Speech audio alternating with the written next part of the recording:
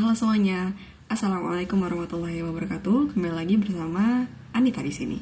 So by the way, ini adalah lanjutan dari video-video sebelumnya. So I never change my outfit, but skip that part karena aku juga tidak mau menggunakan outfit yang proper gitu. Jadi kayak okay, just skip that part. Yang penting adalah isi dari apa yang ingin aku sampaikan gitu.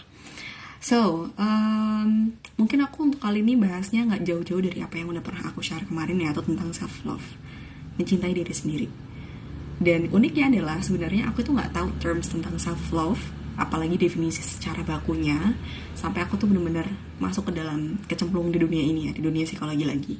Hanya saja sebenarnya pada saat itu aku benar-benar memahami self-love itu sebelum aku masuk psikologi ini justru. Yaitu ketika ada salah satu seniorku, jadi kita cerita tentang kenapa sih kok di dalam hidup tuh kita tuh kayak gini, kenapa sih di dalam hidup kok kita selalu merasa kita nggak pantas, merasa kita tuh nggak pernah cukup, merasa kita tuh selalu kurang, merasa kita ABC, kita punya kelebihan tapi kadang kita sombong dengan kelebihan itu, and etc. Jadi kayak banyak hal tentang hal itu. Terus habis itu dalam percakapan kita, di situ tuh percakapan kita sangat simpel, tapi tuh beliau itu bilang kayak gini, tak, coba deh kamu itu benar-benar fokus cari tahu apa sih yang namanya self-love. Self-love tuh gak cuma sekedar mencintai diri sendiri gitu kan, tapi kamu juga menerima kekuranganmu, kamu juga menerima kelebihanmu. Dan penerimaan ini tuh mungkin penerimaan yang beda, bukan penerimaan yang sama. Kalau kelebihan kita lebih mudah kan untuk menerima, karena oh iya dah, gue punya kelebihan nih gitu kan. Tapi kalau untuk kekurangan, kita akan lebih sulit untuk menerima itu, karena kita tahu bahwa orang-orang punya ekspektasi bahwa kita tidak memiliki kekurangan ini, atau kita punya ekspektasi untuk tidak memiliki kekurangan itu karena menurut kita tuh mungkin bad gitu ya. Itu adalah tentang penerimaan pada saat itu. Nah bahkan waktu dulu juga aku tuh nggak pernah tahu sama yang namanya self love. I always questioning that things. What is self love? How to do that things? Gimana sih caranya? Emang ada yang namanya self love? Dan hal segala macam gitu. Jadi ketika aku mencoba untuk memahami diri aku sendiri, aku tuh nggak pernah bisa memahami secara komprehensif gitu apa sih yang sebenarnya dimaksud dengan self love itu sendiri. Sampai akhirnya aku dinasehatin gitu kan, yang tadi itu aku bilang bahwa self love itu adalah bagaimana kita tuh menerima kekurangan dan kelebihannya kita. Tapi ternyata di sisi itu, setelah aku menggali tentang self love yang lebih, self love itu ternyata lebih dari sekedar cuma menerima kelebihan dan kelemahan kita. Tapi kita juga mampu menerima diri kita yang berharga ini dengan self-worth, bahwa kita tuh ya berharga aja kok.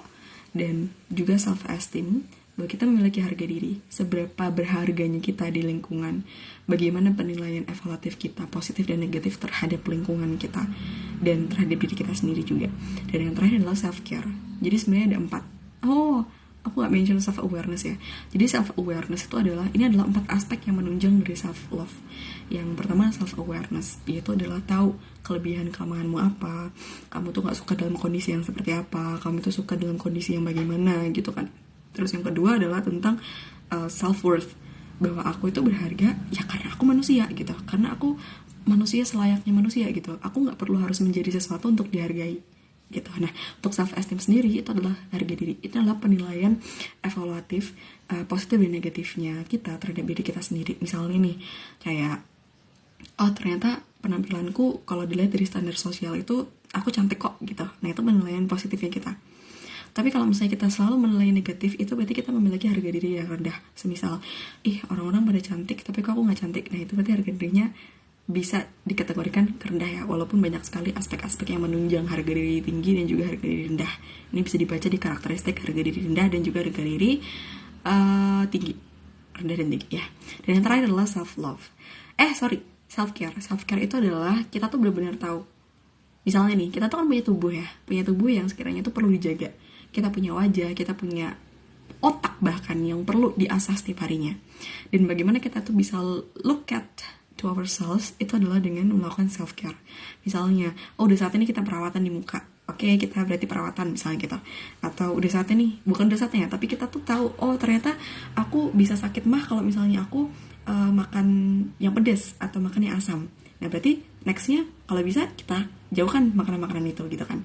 Atau misalnya dalam segi intelektual, kita merasa kurang gak tahu kalau misalnya ada pembahasan tentang sosioekonomik gitu, atau misalnya sosio budaya gitu, atau misalnya tentang spesifik pada politik gitu. Nah, berarti kita kan perlu cari tahu ya. Kenapa kita harus perlu cari tahu? Ya karena kita harus ngelihat kepada diri kita sendiri gitu. Apa sih yang seperlunya kita improving gitu. Ini juga ada kaitan ketika kita di dunia kerja gitu kan. Ketika kita di dunia kerja, kita dimasukkan kepada bidang misalnya di HRD gitu kan. Di bidang HRD. Oh ternyata tupoksinya HRD itu gak cuma semerta-merta bagaimana kita merekrut seseorang gitu kan. Tapi lebih daripada itu misalnya. Atau mungkin juga misalnya di psikologi. Kita bahas tentang psikologi. Psikologi itu kan mungkin banyak sebagian orang tuh pada bilang bahwa bagaimana kita itu bisa mendengarkan orang lain. Padahal sebenarnya psikologi itu lebih daripada itu, yaitu tahu kondisi politik yang sekarang gimana, kondisi sosial dan budaya yang seperti apa yang saat ini sedang terjadi di lapangan, dan bagaimana hal A dan B ini saling berkesinambungan gitu. Kenapa? Karena ini bisa menjadi bahan ketika kita tuh mendengarkan orang bahwa oh ternyata mereka itu sedang mengalami A dikarenakan B. Nah B ini ternyata ada kaitannya dengan politik sosial dan sebagainya. Nah berarti kan ada hal-hal yang sekiranya perlu kita improve di bagian politik atau di bagian sosial terhadap intelektual kita. Tidak hanya itu sebenarnya, intelektual itu lebih daripada hanya sekedar dalam cakupan dan lingkupannya kita. Bahkan katanya Pak Gita Wirjawan, Menteri Perdagangan pada saat zamannya SBY, itu pernah bilang, ketika kamu itu sudah mengambil misalnya computer science, tapi kamu fokus kepada computer science, kamu tuh hanya menjadi orang yang berkutat di situ. Tapi ketika kamu mempelajari berkebalikan dari computer science, misalnya cara menulis, cara berbahasa dengan baik dan benar, atau menambah bahasa-bahasa yang sekiranya itu belum pernah kamu pelajari sebelumnya, dan kamu jadikan itu hobi, itu menjadi manusia yang bisa mengaktualisasikan diri dia. Karena diri dia akhirnya tahu dan mampu bahwa selain daripada aku mempelajari computer science ini, ternyata aku bisa mempelajari hal-hal lain. Dan sebenarnya hal-hal lain ini yang sekiranya itu bisa secara komprehensif itu kita tuh akan meningkatkan kapasitas kognitif kita, atau mungkin fungsi-fungsi kognitif kita, atau bahkan cara berpikir kita ketika kita memandang sesuatu hal dari perspektif yang lain gitu. Nah kalau misalnya keempat aspek ini tuh sudah kita penuhi, maka itulah kenapa kita bisa benar-benar menjalani self-love itu sendiri.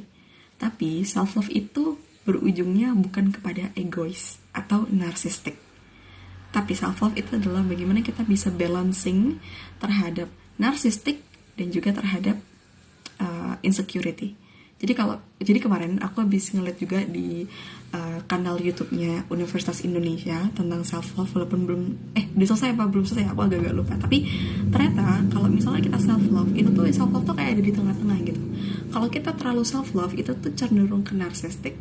Dan kalau misalnya kita ke bawah banget self-love-nya, atau kita gak pernah berhasil untuk self-love, itu adalah cenderung kepada insecurity.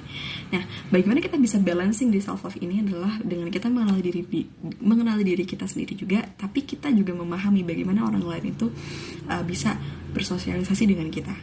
Karena kalau misalnya kita udah maju kepada narsistik, kita tuh udah benar-benar menjalani dengan egois. Egoisnya dalam arti, oh ya udah, gue bisa sendiri, gue bisa ngapa-ngapain sendiri, gue mau ABC ini juga sendiri, gue nggak peduli sama orang lain tuh gimana, orang lain mau seperti apa ke gue dan sebagainya gitu kan. Itu kan jadinya cenderung selfish gitu kan ya, cenderung egois. Nah sebenarnya kemarin juga ada pembahasan ini sama temanku, dan dia tuh nanya, kalau misalnya berujung kepada self love tapi self love-nya egois, apakah itu disebut dengan self love? Well, I would be say that no, itu berarti bukan self love. Itu adalah kita masih mengegoiskan diri kita dan cenderung kepada narsistik atau mungkin kepada selfish itu sendiri. Nah yang baik itu adalah bagaimana yang baik itu di tengah-tengah. Ketika kita mampu mengenali diri kita sendiri, tapi ya kita juga mencoba untuk memahami orang lain itu seperti apa gitu. Nah semoga kita belajar lagi dan lagi terhadap diri kita, dan juga memproses itu semua tentang self-love, tentang self-worth, tentang apapun itu. Karena mencintai diri itu tidak akan berujung, karena mencintai diri itu harus setiap saat, setiap waktu. Dan yuk kita selesai dengan diri kita sendiri. Apa-apa yang pengen kita improve, apa-apa yang pengen kita tingkatkan, apa-apa yang kita perbaiki, kita coba mulai perbaiki dari sekarang. Dan terutama sekarang lagi bulan Ramadan, jadi yuk kita sama-sama menyelesaikan diri kita sendiri hingga akhirnya nanti ketika Ramadan selesai atau Lebaran, kita benar-benar lahir menjadi manusia yang kembali lagi kepada fitrahnya, kembali lagi kepada kebaikannya itu sendiri. Mungkin itu aja, terima kasih sudah mendengarkan. Sampai jumpa di video Anita selanjutnya. Wassalamualaikum warahmatullahi wabarakatuh. Happy fasting.